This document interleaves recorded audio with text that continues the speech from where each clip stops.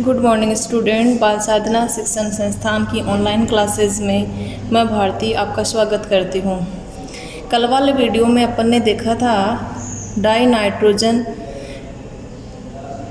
की बनाने की विधियाँ अपन ने पढ़ी थी कि यानी डाई नाइट्रोजन का उत्पादन जो है वो किस प्रकार से किया जाता है। व्यावसायिक विधि अपन ने देखी थी, प्रयोगशाला विधि अपन ने देखी थी, बेरियम एजाइड है, सोडियम एजाइड है, उनके तापीय अपघटन द्वारा किस प्रकार से डाई नाइट्रोजन का फॉर्मेशन किया जाता है।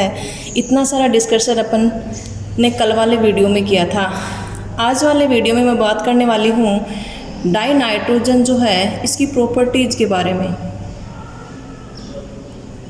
यानी डाई नाइट्रोजन के क्या क्या गुण हैं। डाई नाइट्रोजन की प्रॉपर्टीज़ की यदि बात करें तो फर्स्ट ऑफ ऑल मैं बात करती हूँ फिजिकल प्रॉपर्टी की, भौतिक गुण की।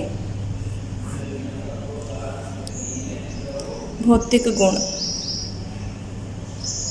यानी डाई नाइट्रोजन जो है वो एक रंगहीन, यानी कोई कलर नहीं होता, गंधहीन, कोई गंध नहीं आती, वह स्वादहीन गैस होती है जो कि किस रूप में पाई जाती है, द्विपरमाणु अणु के रूप में पाई जाती है। अगली फिजिकल प्रॉपर्टी की यदि बात करूं तो इसके दो स्थायी समस्थानिक होते हैं, दो स्थायी समस्थानिक यानी जिनका परमाणु क्रमांक समान होता है लेकिन द्रव्यमान संख्या भिन्न भिन्न होती है, वो क्या कहलाते हैं, समस्थानिक कहलाते हैं। तो नाइट्रोजन के दो स्थायी समस्थानिक हैं, एक नाइट्रोजन है 14 और दूसरा है नाइट्रोजन 15, यानी इनकी द्रव्यमान संख्या भिन्न भिन्न, परमाणु क्रमांक सेम है 7, लेकिन द्रव्यमान संख्या एक की 14 है और दूसरे की क्या है, 15 है।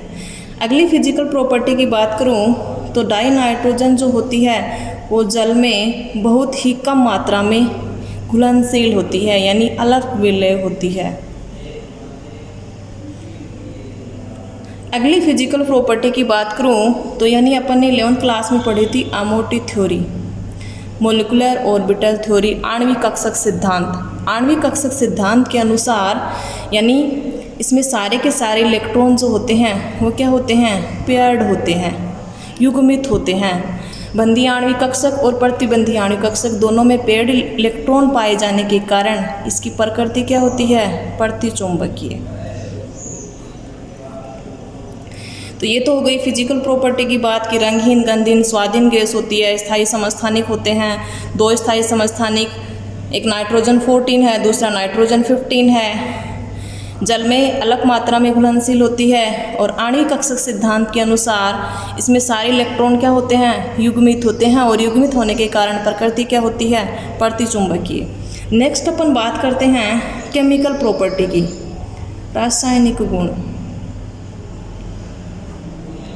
रासायनिक गुण में फर्स्ट ऑफ ऑल मैं यदि बात करूं कि नाइट्रोजन जो होती है वो रूम टेम्परेचर पर, कमरे के ताप पर अक्रियाशील होती है, यानी कमरे का टेम्परेचर होता है 25 से 27 डिग्री सेंटीग्रेड। तो इस स्थिति में ये जो होती है अक्रियाशील होती है। इसका कारण क्या है कि यानी नाइट्रोजन जो कि डाई एटॉमिक मॉलिक्यूल के रूप में पाई जाती है, इसमें नाइट्रोजन के मध्य क्या पाया जाता है, ट्रिपल बॉन्ड पाया जाता है। इस कारण इसकी बंध वियोजन एंथैल्पी का मान या कहूँ तो आबंध ऊर्जा का मान क्या होता है, उच्च होता है। और इसी आबंध ऊर्जा का मान उच्च होने के कारण यह कमरे के ताप पर क्या होती है, अक्रियाशील होती है। अब मैं बात करती हूँ केमिकल प्रॉपर्टी में। फर्स्ट केमिकल प्रॉपर्टी है डाई नाइट्रोजन की, रिएक्शन विद मेटल, धातुओं के साथ क्रिया।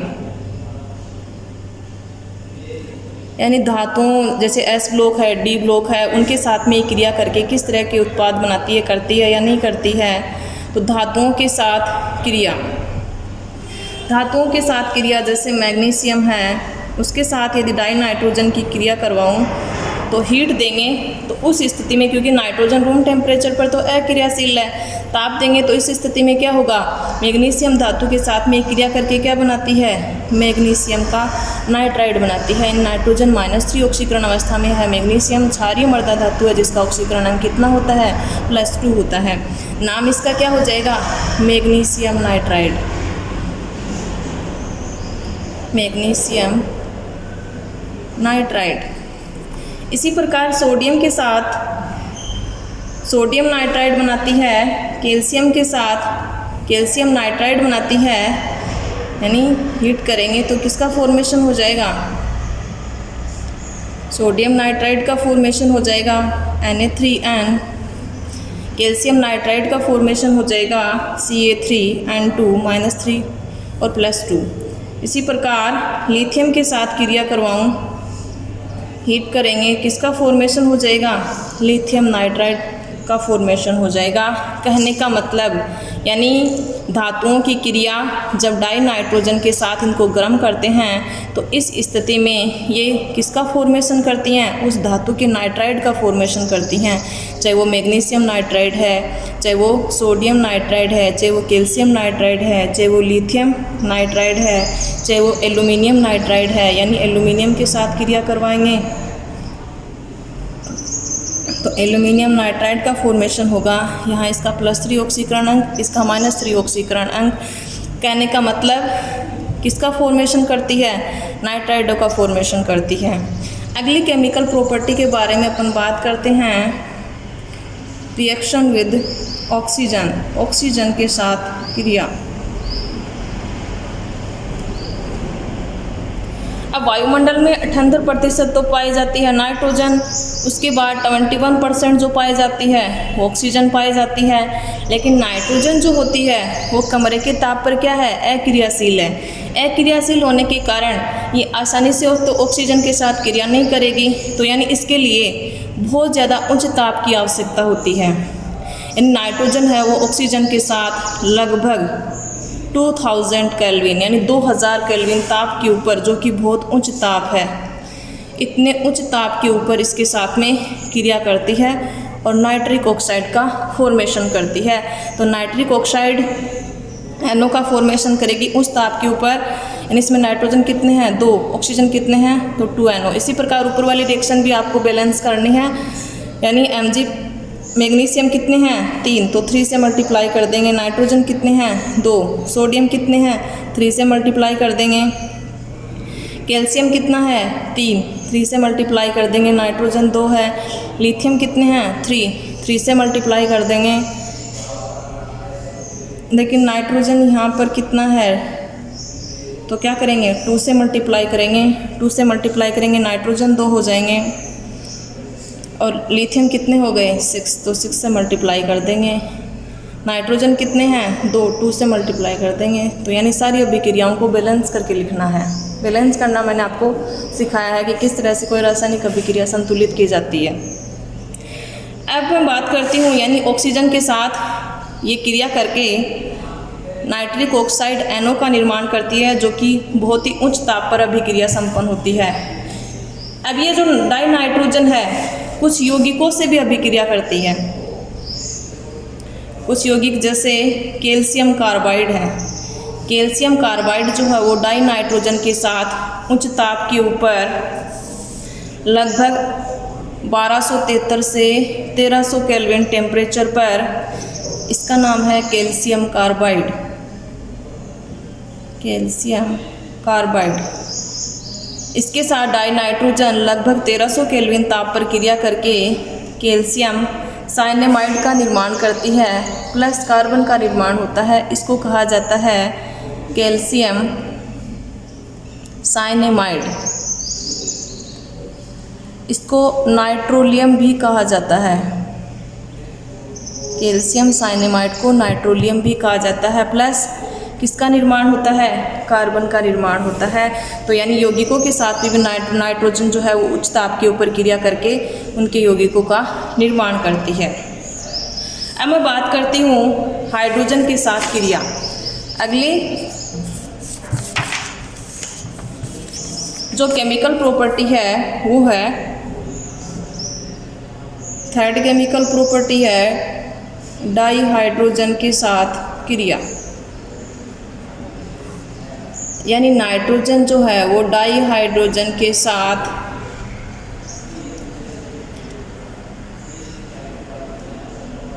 उत्प्रेरक जैसे आयरन, मोलिब्डेनम, प्लेटिनम, इन उत्प्रेरकों की उपस्थिति में लगभग 773 केल्विन ताप के ऊपर क्रिया करके अमोनिया का निर्माण करती है। नाइट्रोजन तो 2 से मल्टीप्लाई कर देंगे, हाइड्रोजन कितने हो गए 6, तो 3 से मल्टीप्लाई कर देंगे। इस दौरान यानी अभिक्रिया में ऊष्मा उत्सर्जित होती है, और वो जो उत्सर्जित ऊष्मा है वो लगभग होती है -46.1 किलो जूल प्रति मोल। यानी ये किस प्रकार की अभिक्रिया ऊष्मा का उत्सर्जन हो रहा है, ऊष्माक्षेपी अभिक्रिया है। मैंने आपको बताई थी ऊष्माशोषी अभिक्रिया, एंडोथर्मिक रिएक्शन क्या होती हैं और एक्सोथर्मिक रिएक्शन क्या होती हैं। जिन अभिक्रियाओं में ऊष्मा का अवशोषण होता है वो किस प्रकार की होती हैं, एंडोथर्मिक ऊष्माशोषी प्रकार की अभिक्रियाएं होती हैं, और जिनमें ऊष्मा का उत्सर्जन होता है वो किस प्रकार की अभिक्रियाएं होती हैं, ऊष्माक्षेपी प्रकार की अभिक्रियाएं होती हैं। यानी इस अभिक्रिया के लिए कम ताप की आवश्यकता होती है, इसमें ऊष्मा का क्या होता है, उत्सर्जन होता है। उत्सर्जन होने के कारण किस प्रकार की अभिक्रिया है, ये ऊष्माक्षेपी प्रकार की अभिक्रिया है। तो ये हो गई इसकी केमिकल प्रॉपर्टी। ऑक्सीजन के साथ क्रिया करती है तो डाई नाइट्रोजन क्या बनाती है, हाइड्रोजन के साथ क्रिया करेगी तो किसका निर्माण करती है, कैल्शियम कार्बाइड के साथ क्रिया करेगी तो किसका निर्माण करती है। अब अपन बात करते हैं यूजेज ऑफ डाई नाइट्रोजन, यानी ये जो डाई नाइट्रोजन है इसका उपयोग कहाँ किया जाता है, कहाँ काम में ली जाती है डाई नाइट्रोजन। तो डाई नाइट्रोजन का उपयोग एक तो अक्रिय वातावरण उत्पन्न करने में इसका उपयोग है वो किया जाता है, अक्रिय वातावरण उत्पन्न करने में। अगला उपयोग बताऊं तो यानी द्रव नाइट्रोजन जो है उसका उपयोग जो है वो प्रशीतक के रूप में किया जाता है, यानी ठंडक के रूप में प्रिजर्व करने के लिए, संरक्षण के रूप में किसका उपयोग किया जाता है, द्रव नाइट्रोजन का उपयोग किया जाता है। अगले उपयोग की बात करूँ तो इसका उपयोग जो है ये बल्बों में भरी जाती है, यानी टंगस्टन जो है, टंगस्टन का जो फिलामेंट लगा हुआ होता है उसकी वोल्टता को कम करने के लिए किसका उपयोग किया जाता है, बल्बों में नाइट्रोजन गैस का उपयोग है वो डाई नाइट्रोजन का उपयोग किया जाता है। तो ये हो गए इसके यूजेस कि अक्रिय वातावरण उत्पन्न करने में डाई नाइट्रोजन का उपयोग किया जाता है, प्रशीतक के रूप में इसका उपयोग किया जाता है, एक ये बल्बों में भरी जाती है क्योंकि टंगस्टन की वोल्टता को कम करने के लिए डाई नाइट्रोजन का उपयोग है वो किया जाता है।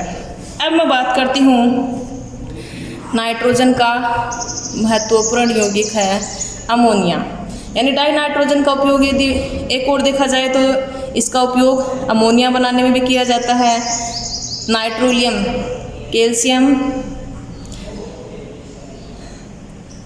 साइनेमाइड इसको बनाने में भी किया जाता है, जिसको नाइट्रोलियम भी कहा जाता है। नाइट्रिक अम्ल बनाने में भी किया जाता है, तो भी ये इसके यूजेस में आ जाएगा। तो यानी नाइट्रोजन का महत्वपूर्ण यौगिक क्या है, NH3। अब अपन बात करेंगे अमोनिया की, यानी NH3 जो है उसका निर्माण कैसे किया जाता है, उसकी प्रॉपर्टीज़ क्या होती हैं, उसकी स्ट्रक्चर क्या होती है, उसकी केमिकल प्रॉपर्टी क्या है, उसकी फिजिकल प्रॉपर्टी क्या है। तो फर्स्ट ऑफ ऑल अपन बात करते हैं इसके फॉर्मेशन मेथड की, यानी बनाने की विधियाँ, बनाने की विधियाँ, यानी अमोनिया का निर्माण है वो कौन कौन सी विधियों के द्वारा किया जा सकता है। तो पहली विधि है यूरिया, फ्रॉम यूरिया। यूरिया के द्वारा अमोनिया का निर्माण कैसे किया जाता है, यानी यूरिया प्रथम कार्बनिक यौगिक है, प्रथम कार्बनिक यौगिक है जिसका निर्माण प्रयोगशाला में किया गया था।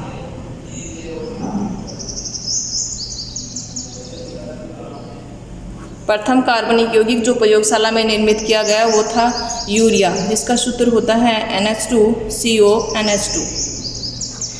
ये एक कार्बनिक यौगिक है जो कि जीवों और मनुष्य के मूत्र द्वारा उत्सर्जित होता है।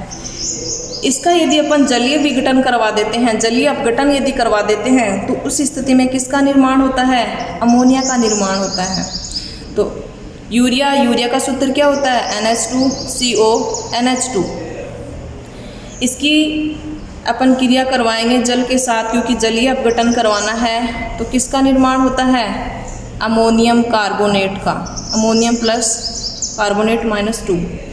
अमोनियम कार्बोनेट जो कि आगे अपघटित होकर किसका निर्माण करता है? Ammonia plus carbon dioxide plus जल का निर्माण करता है। अभिक्रिया को संतुलित करेंगे। इधर कितने हैं? नाइट्रोजन, हाइड्रोजन कितने हैं? 4 हैं। इधर कितने हो गए? 4, 2 6 हो गए। इधर कितने हैं? 8 हैं। तो 2 से मल्टीप्लाई कर देंगे तो कितने हो गए? इधर भी 8, इधर भी 8। कार्बन 1 है। ऑक्सीजन कितने हैं? 2 और 1 3 हो गए। यहाँ देखिए नाइट्रोजन कितने हैं? तो 2 से मल्टीप्लाई कर देंगे। एक बार 2 से मल्टीप्लाई करके देखेंगे हाइड्रोजन कितने हो गए? 8 हो गए। तो कितने से मल्टीप्लाई कर देंगे? 4 से मल्टीप्लाई कर देंगे, 8 हो गए। ऑक्सीजन कितने हैं? 3, 2 और 4 कितने हो गए? 6 हो गए।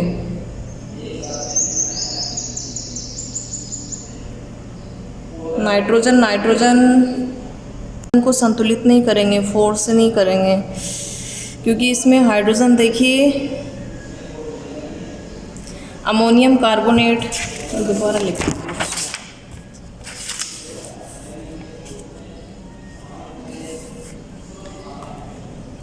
NH2CONH2 यूरिया जल अपघटन करवाएंगे, क्या बन गया? Ammonium carbonate. अमोनियम कार्बोनेट यानी नाइट्रोजन 2 हाइड्रोजन 8 हो गए। तो हाइड्रोजन 4 6 से मल्टीप्लाई करेंगे, 8 हो जाएंगे। अभिक्रिया संतुलित हो गई थी। फिर अपन देख रहे थे यानी NH3 और H2O और CO2 में इसका विघटन हो जाता है। तो यानी यहाँ पर हाइड्रोजन देखिए कितने हैं? 8। तो ये कितने हैं? 3 और 2 5। तो यानी इसको मैं 2 से मल्टीप्लाई कर दूँ तो कितना हो जाएगा? 6 और 8 हो गए। तो यानी 8 हाइड्रोजन हो गए। और नाइट्रोजन कितने हैं? 2 हैं। तो नाइट्रोजन 2 हो गए। कार्बन 1 है, ऑक्सीजन 3 है। तो इस तरह से अभिक्रिया क्या हो जाएगी? संतुलित हो जाएगी। अब देखिए सेकंड जो प्रिपरेशन मेथड है वो है फ्रॉम अमोनियम साल्ट, यानी अमोनियम लवणों द्वारा। अमोनियम लवणों द्वारा अमोनियम साल्ट, जैसे अमोनियम का फॉर्मूला होता है NH4 प्लस क्लोरीन के साथ क्रिया करेगा तो क्या बन जाएगा? अमोनियम क्लोराइड बन जाएगा। NH4Cl, ये भी क्या है? अमोनियम साल्ट है। अमोनियम सल्फेट है, SO4 सल्फेट पे -2 चार्ज होता है। तो ये हो गए अमोनियम साल्ट। अमोनियम साल्ट की क्रिया कराएंगे क्षार के हाइड्रोक्साइड के साथ में। तो क्षार का हाइड्रोक्साइड, चाहे वो क्षार धातु हो सकता है, चाहे क्षारीय मृदा धातु हो सकता है। तो यानी सोडियम का हाइड्रोक्साइड हो, चाहे कैल्शियम का हाइड्रोक्साइड हो, चाहे मैग्नीशियम का हाइड्रोक्साइड हो, उसके साथ अपन क्या कराएंगे? उसकी क्रिया कराएंगे। और किसका फॉर्मेशन हो जाएगा? अमोनिया का फॉर्मेशन हो जाएगा। कैसे हो जाएगा? जैसे अमोनियम क्लोराइड, इसकी क्रिया करवाते हैं कैल्शियम हाइड्रोक्साइड के साथ में। क्रिया करवाएंगे तो एक तो यहाँ से CaCl2 का फॉर्मेशन हो जाएगा, एक NH3 बन जाएगी और एक H2O का फॉर्मेशन हो जाएगा। यानी NH3 का निर्माण होगा प्लस H2O प्लस CaCl2। फिर इस वाली अभिक्रिया को बैलेंस करेंगे। बैलेंस करने के लिए यानी हाइड्रोजन कितने हैं इधर? 3 और 2 5।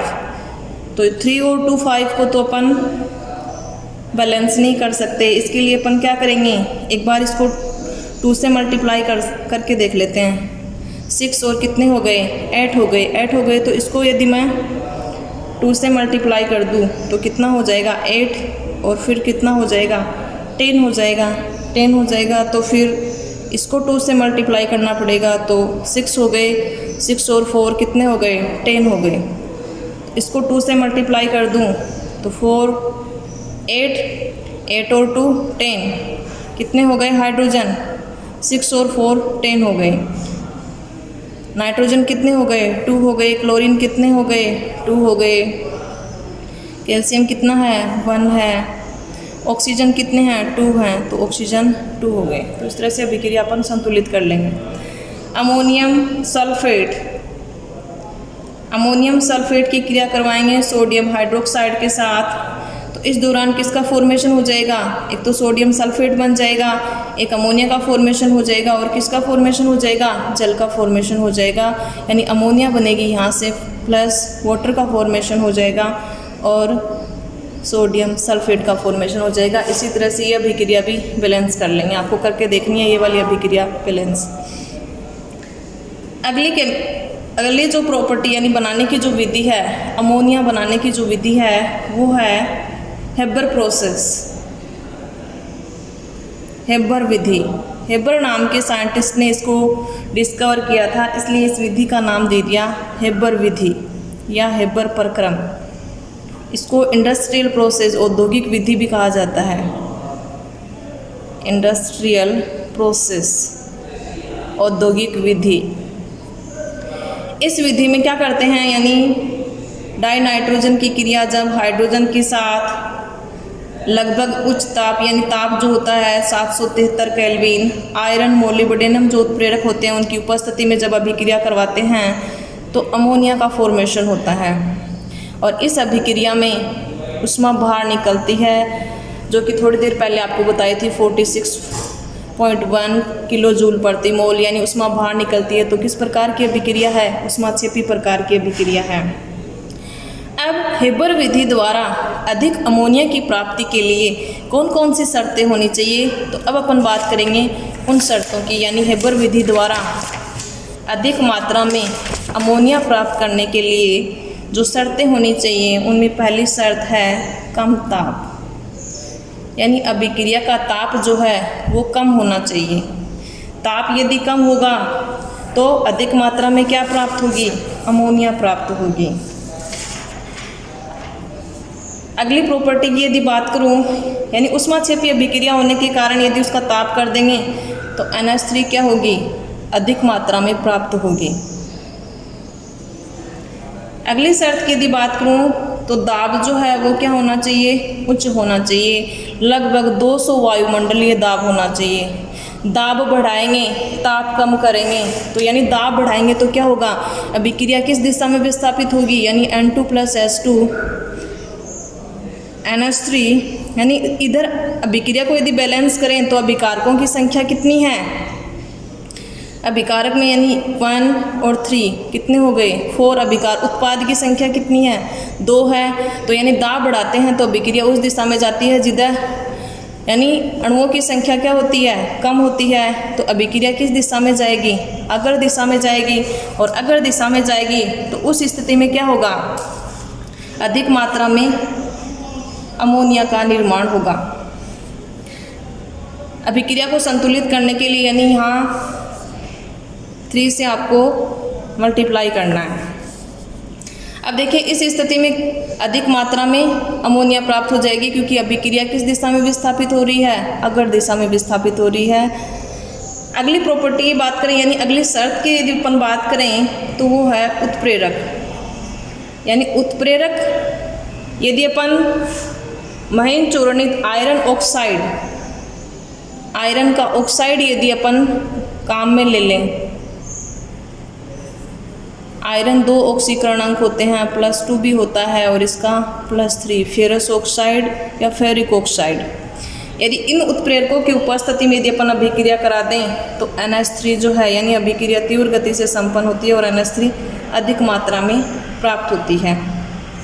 अब ये हेबर प्रोसेस क्या है? किस तरह से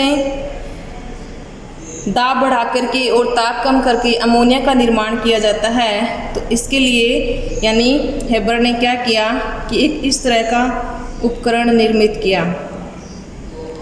इस उपकरण में इसने डाई नाइट्रोजन और हाइड्रोजन को प्रवाहित करके उनको संपीड़ित किया।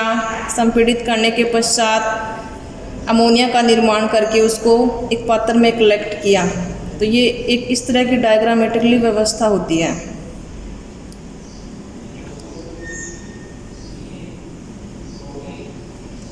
इसमें देखिए इधर से नाइट्रोजन और यहाँ से हाइड्रोजन गैस जो है वो प्रवाहित की जाती हैं। यहाँ उनका संपीड़न किया जाता है।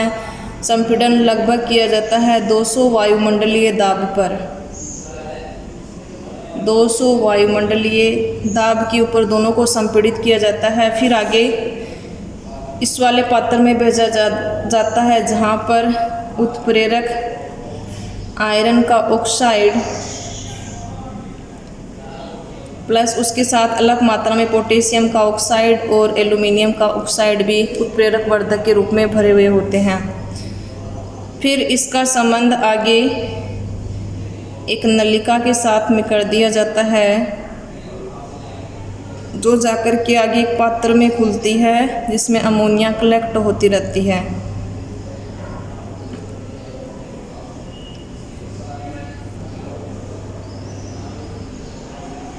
देखिए बची हुई जो नाइट्रोजन और हाइड्रोजन जो कि अमोनिया का निर्माण नहीं कर पाती हैं, उनको फिर से संपीड़ित किया जाता है और फिर से इस पात्र में भेज दिया जाता है।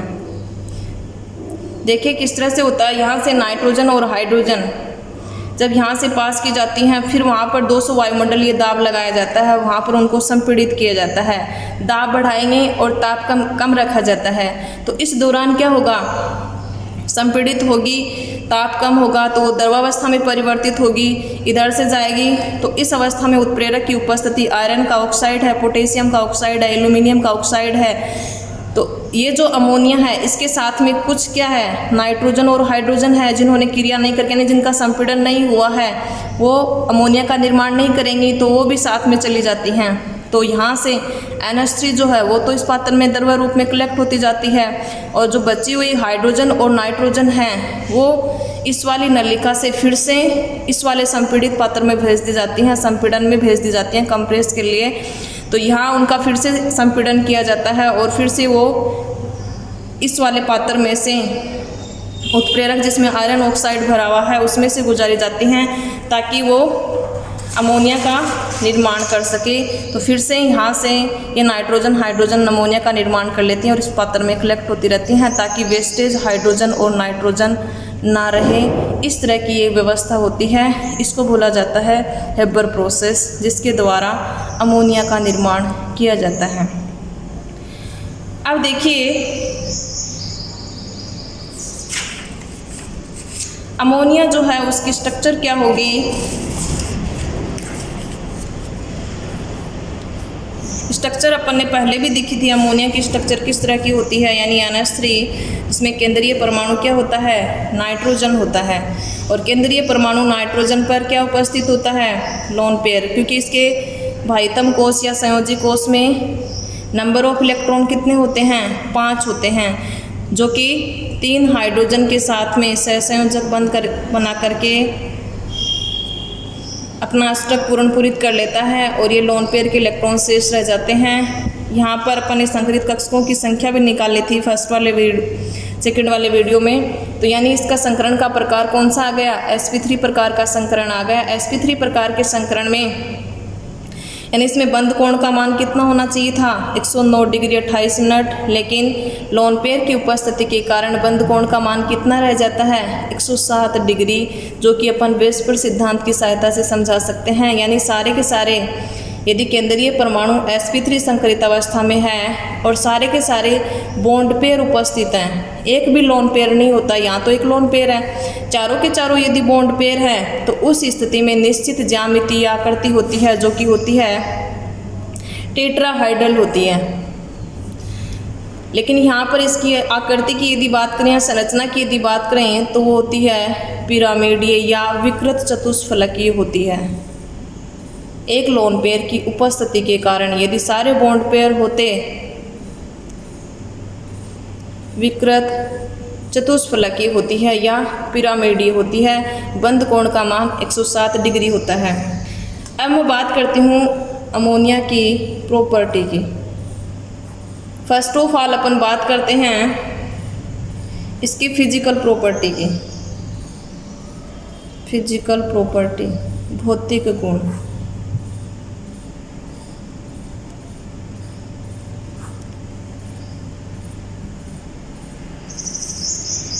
अमोनिया जो है एक तीखी गंध वाली और रंगहीन गैस है, यानी इसका कोई कलर नहीं होता है, तीक्ष्ण गंध आती है इसमें,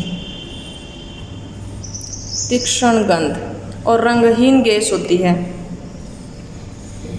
अगली फिजिकल प्रॉपर्टी की बात करूं, यदि इसका दाब बढ़ा दिया जाए, उच्च दाब कर दिया जाए, तो ये NH3 जो है वो किस अवस्था में बदल जाती है? द्रव अवस्था में बदल जाती है।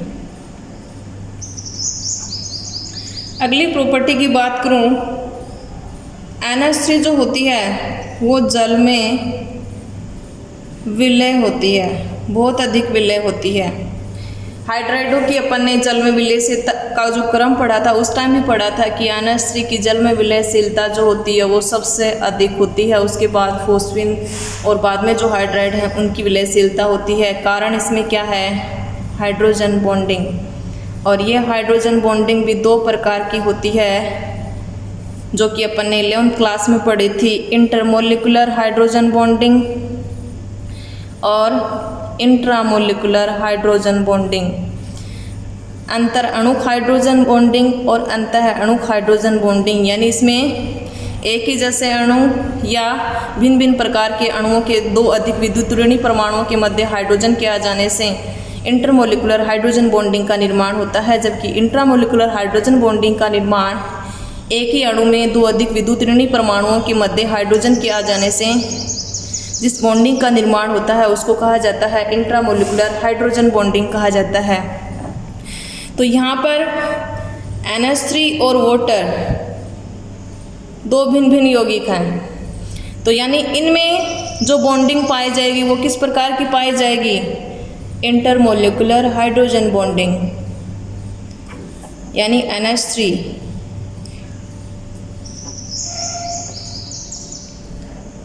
यहाँ एक lone pair hydrogen hydrogen hydrogen. जल के अणु की आकृति क्या होती है? वी शेप होती है। वी शेप क्यों होती है? क्योंकि दो लोन पेयर उपस्थित होते हैं और लोन पेयर के मध्य प्रतिकर्षण होने के कारण ये बॉन्ड पेयर के इलेक्ट्रॉन को रिपेल कर देते हैं, यानी धक्का दे देते हैं, जिसके कारण इसकी आकृति लीनियर नहीं होकर के क्या होती है? वी शेप या कोणीय होती है। तो यानी जल के अणु के जब संपर्क में आएंगे अमोनिया के अणु, तो उस स्थिति में क्या होगा? दो अधिक विद्युत ऋणी परमाणु, अधिक विद्युत ऋणी परमाणु मैंने आपको कौन से बताए थे? फ्लोरीन, ऑक्सीजन, नाइट्रोजन, ये हाइड्रोजन बॉन्डिंग का निर्माण करते हैं। दो अधिक विद्युत ऋणी परमाणु नाइट्रोजन और ऑक्सीजन, बीच में हाइड्रोजन आ रहा है, यहाँ कौन सी बॉन्डिंग बनेगी? Hydrogen bonding. दो अधिक विद्युत ऋणी परमाणु नाइट्रोजन और ऑक्सीजन, बीच में क्या आ रहा? हाइड्रोजन, कौन सी बॉन्डिंग होगी? Hydrogen bonding. यहाँ कौन सी बॉन्डिंग बनेगी? Hydrogen bonding. तो यानी इस तरह से NH3 और H2O में क्या पाई जाती है?